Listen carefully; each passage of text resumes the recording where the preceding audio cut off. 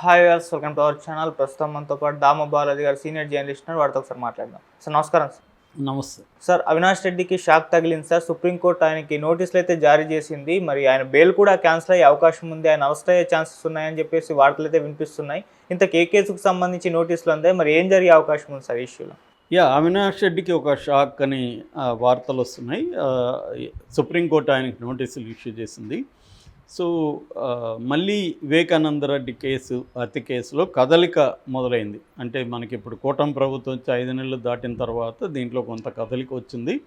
అయితే ఈ కదలిక చంద్రబాబు వల్ల లేకపోతే మోడీ ప్రభుత్వం వల్ల రాలేదు, కోర్టుల వల్ల వచ్చిన కదలిక తప్ప ఈ ప్రభుత్వాలు ఏమీ దీంట్లో కదలిక తీసుకొస్తున్నట్టుగా అయితే కనపడలేదు. ఆల్రెడీ సునీత అయితే నిన్న కూడా చంద్రబాబును కలవడానికి ట్రై చేయడం, డీజీపీని కలవడానికి ట్రై చేయడం, ఇవన్నీ కూడా ఆమె ట్రై చేసింది. హోమ్ మినిస్టర్తో కూడా కలిసింది, ఆల్రెడీ ఒకసారి కలిసింది, నిన్న కూడా వెళ్ళింది. సో ఇప్పుడు అంటే స్టేట్ గవర్నమెంట్ ఏం చేయబోతుంది, సెంట్రల్ గవర్నమెంట్ ఏం చేయబోతున్నాయి, సిబిఐ దీంట్లో ఇన్వెస్టిగేటివ్ ఏజెన్సీగా ఉన్న సిబిఐ ఏం చేయబోతుంది, కోర్టుల పరిస్థితి ఏంటి అనేది ప్రజెంట్ మనం చూస్తే, నిన్న ఆల్రెడీ మనం ఒక పరిణామం చెప్పుకున్నాం. అదేంటంటే సునీత రెడ్డి మీద ప్రైవేట్ కేసు వేసిన కృష్ణారెడ్డి పిఏ, వివేకానంద రెడ్డి పిఏ కృష్ణారెడ్డిని అక్కడ మురళీకృష్ణ డీసీపీ ఆయన ఆధ్వర్యంలో పోలీసులు వెళ్ళి వాంగ్మూలాన్ని తీసుకొచ్చారు. ఎందుకంటే ఆయన అప్పుడు సిబిఐకి ఐఓ ఇన్వెస్టిగేటివ్ ఆఫీసర్గా ఉన్న రామ్ సింగ్, తర్వాత నర్రెడ్డి రాజశేఖర రెడ్డి, సునీత వాళ్ళ హస్బెండ్ సునీతారెడ్డి, ఈ ముగ్గురు మీద ప్రైవేట్ కంప్లైంట్ పులివెందుల కోర్టులో ఇచ్చాడు. పులివెందుల కోర్టు వాంగ్మూలం తీసుకురమ్మనింది. ఈ లోపల సునీతారెడ్డి అండ్ రామ్ సింగ్, రాజశేఖర రెడ్డి ముగ్గురు కూడా క్వాష్ పిటిషన్ వేశారు, తమ మీద పెట్టిన కేసు తీసామని. కానీ కోర్టు అంగీకరించలేదు. ఈ కేసు ముందుకు తీసుకెళ్ళమని పోలీసులు చెప్పింది. పోలీసులు విచారిస్తున్నారు. ఇది ఒక యాంగిల్. రెండవ యాంగిల్, సునీత ఈయన అవినాష్ రెడ్డి బెయిల్ రద్దు చేయమని ఎప్పుడో సుప్రీంకోర్టుకి వెళ్ళింది.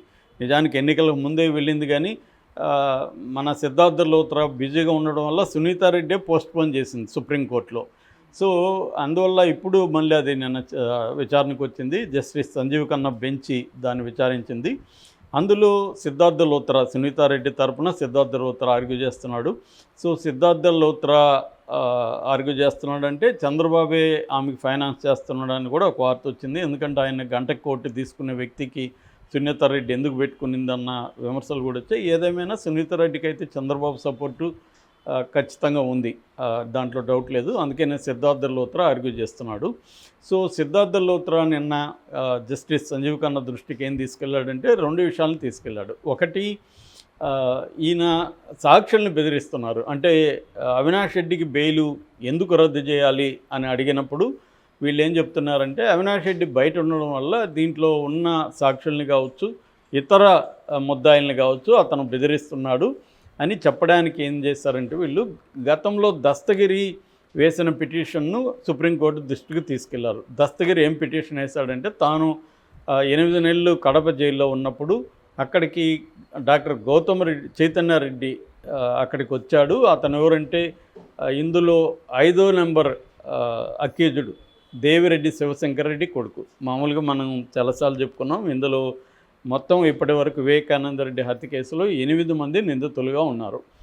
నెంబర్ 1 వచ్చి అక్యూజ్డ్ నెంబర్ 1 ఎర్రగంగిరెడ్డి, తర్వాత number 2 Sunil Yadav, number 3 Umashankar Reddy, number 4 Dastagiri ఏమో ఇప్పుడు నిందితుడి ప్లేస్లో నుంచి సాక్షి ప్లేస్లోకి హైకోర్టే చెప్పింది, తీసేసింది అతను. కాబట్టి దస్తగిరి లేదు, కాబట్టి 7 మంది ఉన్నట్టు ఇప్పుడు లెక్క. 5వ అక్యూజ్డ్ వచ్చి దేవిరెడ్డి శివశంకర్ రెడ్డి, 6వ గజ్జల ఉదయ్ కుమార్ రెడ్డి, 7 వైఎస్ భాస్కర్ రెడ్డి, 8 అవినాష్ రెడ్డి. సో ఇప్పుడు 5వ అక్యూజ్డ్గా ఉన్న దేవిరెడ్డి శివశంకర్ రెడ్డి కొడుకు డాక్టర్ చైతన్యారెడ్డి కడప జైలుకి వెళ్ళి ఈ దస్తగిరిని బెదిరించాడని దస్తగిరి ఆల్రెడీ హైకోర్టులో కూడా కేసు వేశాడు, పోలీసుల దగ్గర కూడా కేసు పెట్టాడు. ఇదే విషయాన్ని ఇప్పుడు సిద్ధార్థ లోత్రా సుప్రీంకోర్టు దృష్టికి తీసుకెళ్లాడు. అంటే దీని వెనక ఆ చైతన్యారెడ్డి వెనక అవినాష్ రెడ్డి ఉన్నాడు, అవినాష్ రెడ్డి బెదిరిస్తున్నాడు, కాబట్టి అవినాష్ రెడ్డి బెయిల్ క్యాన్సిల్ చేయండి అనేది వీళ్ళ ఆర్గ్యుమెంట్. సో అందుకని సుప్రీంకోర్టు ఏం చేసింది, అవినాష్ రెడ్డికి ఆ చైతన్య రెడ్డికి నోటీసులు ఇచ్చింది. మీ మీద ఈ ఆరోపణలు ఉన్నాయి కదా, మీ సమాధానం ఏంటి? జనరల్గా వీళ్ళు ఏం సమాధానం చెప్తారు, మేము బెదిరించలేదు, బెదిరించినట్టు ప్రూఫ్ కూడా వాళ్ళ దగ్గర ఏం లేదు, వాళ్ళ ఆరోపణ మాత్రం చేస్తున్నారు, నేను జైలుకు రెగ్యులర్గా వెళ్ళి కొంతమంది ఖైదీలకు మెడిసిన్ ఇవ్వడం అవన్నీ నేను చేస్తున్నాను. అప్పుడు దస్తగిరి అక్కడ ఉన్నాడు, దస్తగిరి నేను కలవను కూడా లేదు, కలిసినట్టు ఏమన్నా ఆధారాలు ఉన్నాయా, సాక్ష్యాలు లేవు, కాబట్టి నేను కలవలేదు, అతను కావాలనే ఇతను బెయిల్ రద్దు చేయాలనే వీళ్ళు కుట్ర చేసి ఈ ప్లాన్ చేసి ఆరోపిస్తున్నారని వీళ్ళు సమాధానం ఇస్తారు. సో ఇప్పుడు అప్పుడు సిద్ధార్థ లూత్రా మీద ఏమి బరువు పడుతుందంటే ప్రూవ్ చేయాలి. బెదిరించినారని ఆరోపిస్తే సరిపోదు కదా, ఎవరైనా ఆరోపించవచ్చు, బెదిరించినట్టుగా ప్రూవ్ చేయాలి, అతన్ని బెదిరించేట్టుగా అవినాష్ రెడ్డి చేసినట్టుగా కూడా ప్రూవ్ చేయాలి. మామూలుగా మనం కామన్ సెన్స్తో ఆలోచిస్తే ఈ కేసులో అవినాష్ రెడ్డి దస్తగిరిని బెదిరించడం వల్ల ఏం జరుగుతుంది? దస్తగిరి ఆల్రెడీ అప్రూవర్ మారాడు, కోర్టులో ఇది ఇచ్చేశాడు. ఇప్పుడు దస్తగిరిని బెదిరించడం వల్ల వీళ్ళకి బెయిల్ క్యాన్సిల్ అవుతుంది తప్ప ఇంకేం జరగదు.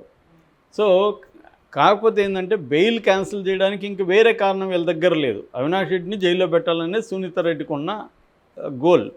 ఈ గోల్కి ఏంటంటే సుప్రీంకోర్టు ఆయనకి బెయిల్ ఇచ్చున్నది, హైకోర్టు బెయిల్ ఇచ్చింది, సుప్రీంకోర్టు దాన్ని క్యాన్సిల్ చేయలేదు. సో సుప్రీంకోర్టు హైకోర్టు క్యాన్సిల్ చేయనని చెప్పింది. సో సుప్రీంకోర్టు క్యాన్సిల్ చేయాలంటే ప్రూవ్ చేయాలి.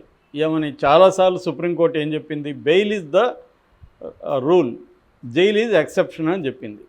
దేంట్లో అయినా మనిషికి బెయిల్ అనేది రూలు, జైలు అనేది ఎక్స్ట్రాడినరీ కండిషన్లో ఇవ్వాలి. ఎప్పుడు జైలుకి పంపించాలి, ఎప్పుడు బెయిల్ రద్దు చేయాలంటే ఫ్లైట్ రిస్క్, ఈ వ్యక్తి పారిపోతున్నాడని లేదా సాక్ష్యాధారాలను తారుమారు చేస్తాడని, సాక్షుల్ని బెదిరించడమో ప్రలోభ పెట్టడమో చేస్తాడని, ప్రధానంగా ఈ 3 కండిషన్లకి ఉంటే బెయిల్ రద్దు చేస్తారు. సో అందుకని ఇప్పుడు సిద్ధార్థ లూత్రా సుప్రీంకోర్టులో ఒక ఆర్గ్యుమెంట్ బిల్డప్ చేయాలి. ఏంటంటే ఇతను బయట ఉంటే ఇది చేస్తున్నాడు, సాక్షుల్ని ముద్దాయిల్ని బెదిరిస్తున్నాడు అని చెప్పాలి. అని చెప్పడానికి ఇది తీసుకున్నారు, ఇంక వేరే ఏమీ లేదు వాళ్ళ దగ్గర. ఆల్రెడీ దస్తగిరి అవినాష్ రెడ్డి నన్ను చంపడానికి ట్రై చేస్తున్నాడు అవన్నీ చెప్పారు, అదంతా వీగిపోయింది, ప్రూఫ్ లేదు. సో ఇప్పుడు ప్రూఫ్ లేకుండా దీన్ని ఎలా ఇది చేస్తారు? నాకు తెలిసి ఇది బెయిల్ రద్దు అయితే కాదు, అవినాష్ రెడ్డికి బెయిల్ రద్దు చేసే పరిస్థితి ఉండదు. నిజానికి 2 ఏళ్లకు ముందే దీన్ని త్వరగా తేల్చనని సుప్రీంకోర్టు సిబిఐకి ఆదేశించింది. 2019లో జరిగితే ఇప్పుడు 2024 కూడా అయిపోతుంది, అంటే 6వ సంవత్సరంలోకి ఎంటర్ అవుతున్నాము. 6వ సంవత్సరంలోకి ఎంటర్ అవుతుంటే కూడా ఈ కేసు ఇంతవరకు ట్రయల్కి రాలే. సో అంటే ఇన్వెస్టిగేషన్ ఇంకా కంప్లీట్ కాలే, ఫైనల్ ఛార్జ్షీట్ ఇంకా సిబిఐ వేయలేదు. దాని మీద సునీత ప్రెజర్ పెట్టాలి. నిజానికి సునీత పెట్టే పరిస్థితి ఇప్పుడు ఉంది. ఎందుకు?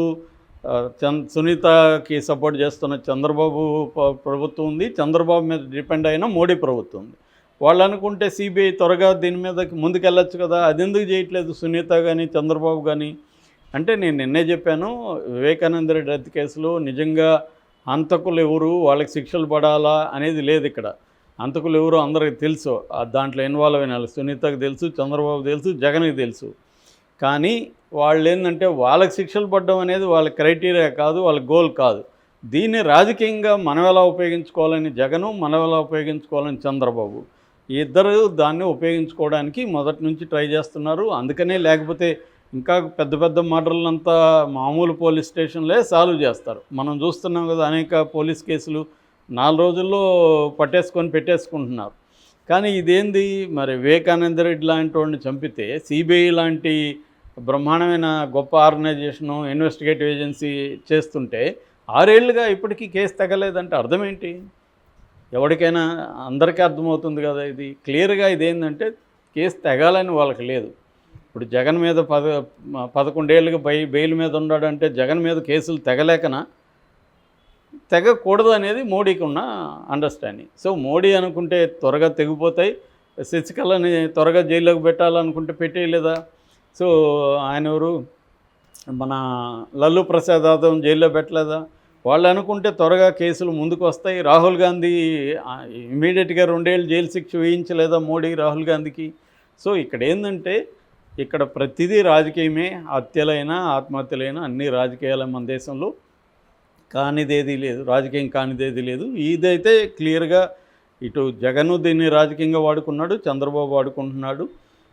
ఇప్పుడు కూడా అదే జరుగుతుంది తప్ప నిజంగా ఆమె కానీ మా నాన్న చంపిన వాళ్ళకి శిక్ష పడాలంటే సిబిఐ మీద ప్రెజర్ తీసుకురావాలి. సిబిఐ చంద్రబాబు మీద తీసుకురావాలి, మోడీ మీద తీసుకొచ్చి సిబిఐ త్వరగా దాన్ని నిరూపించాలి. అది వదిలేసి బెయిల్ రద్దు చేసి అతన్ని జైల్లో పెట్టడం వల్ల వీళ్ళకి జరిగేది ఏంటి? 2 రోజులు జైల్లో ఉంటాడు, మళ్ళీ బెయిల్ వస్తుంది. అంటే క్లియర్గా ఇదేంటంటే వీళ్ళు అసలు వదిలేసి ఏదో చేయడానికి ట్రై చేస్తున్నట్టుగానే మనకు అర్థమవుతుంది. Okay sir, thank you so much sir.